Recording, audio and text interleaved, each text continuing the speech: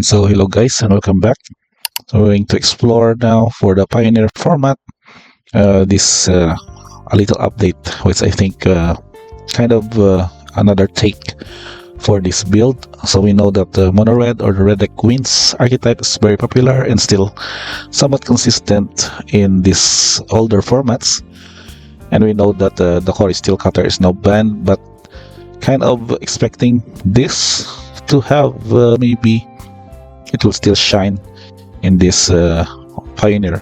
So we take a look of this build, which I have somewhat come up with a little bit update and using new cards in the EOE or the Edge of Eternities with this sorcery speed lightning bolt.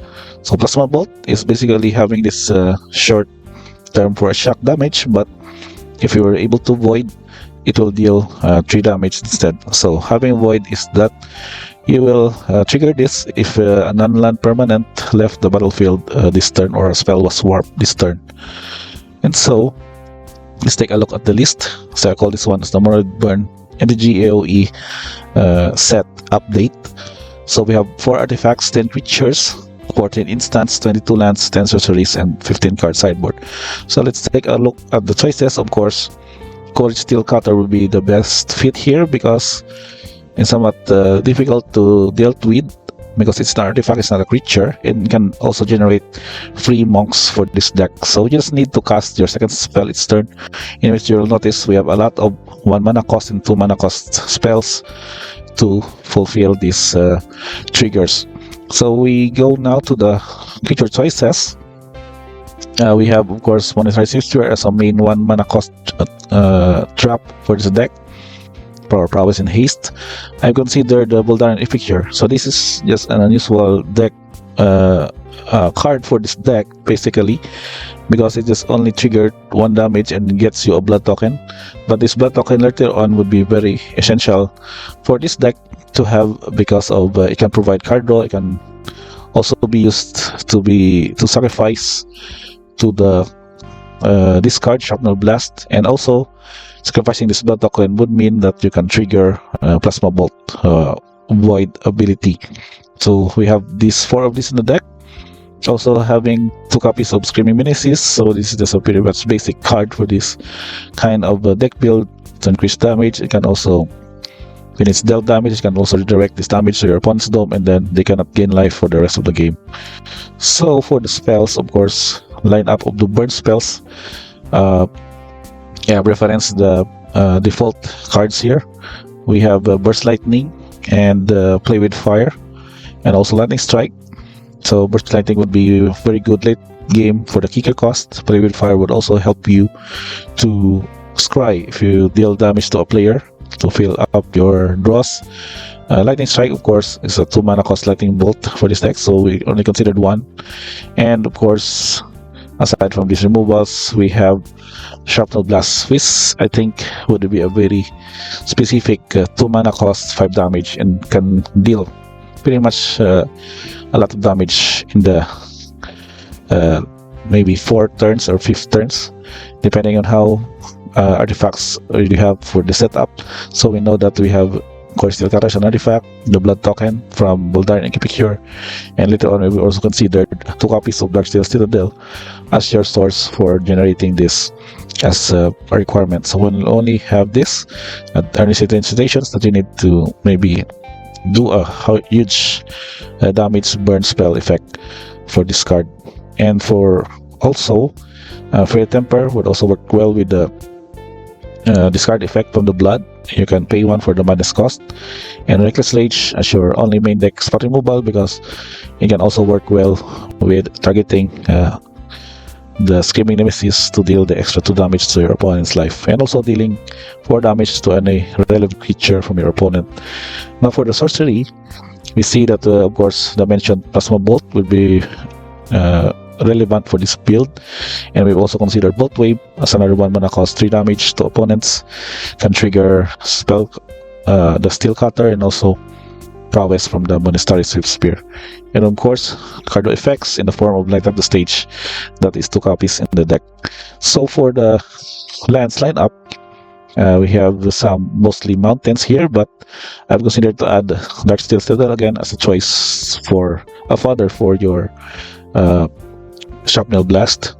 And also, Den of the Bugbear is also a good creature source to be activated. It can become a manland 3/2 goblin creature that can generate a 1/1 red goblin creature token when stopped in attacking. And of course, a copy of Metabolt, which also can attack on its own and become a 2/2 creature with all creature types. And that for the other non-basic land basic build is your copies of Round of Ruins, which is another damage source in the late game. And of course, a copy of Second Sun, which is also very efficient if you'll be able to channel it for more attackers or board presence. In any case, you would need this one to get you some extra damage and maybe have your opponent's life total to a range of your burn spells. And for the sideboard choices, I have considered some of the most commonly used sideboard from the recent build of this archetype as reflected on the MTG tournaments posted at the MTG Top 8 website. So I think the default cards here for this deck would be these three main cards: Red Cap Melee, Magebane Lizard, and Sunspine Lynx. So it has its own rules. Basically, Red Cap is for the mirror match and other red-based decks because it can deal 4 damage to a creature or planeswalker, and only the drawback is if you deal a non-red permanent that was targeted by this, you will sacrifice a land. Magebane Lizard for also punishing EZET Steel Cutter decks. So we know that the EZET is still a very popular EZET prowess or EZET spells for this format. So we know that Magebane Lizard is probably their bane for this kind of matchup to punish them for playing extra non-creature spells. And of course, Sunspine Lynx against the mid-range and control matchups, wherein you can punish them by dealing damage equal to the number of non-basic lands, and damage can be prevented and players can gain life, as well as a 5/4 body to do some attacks later on.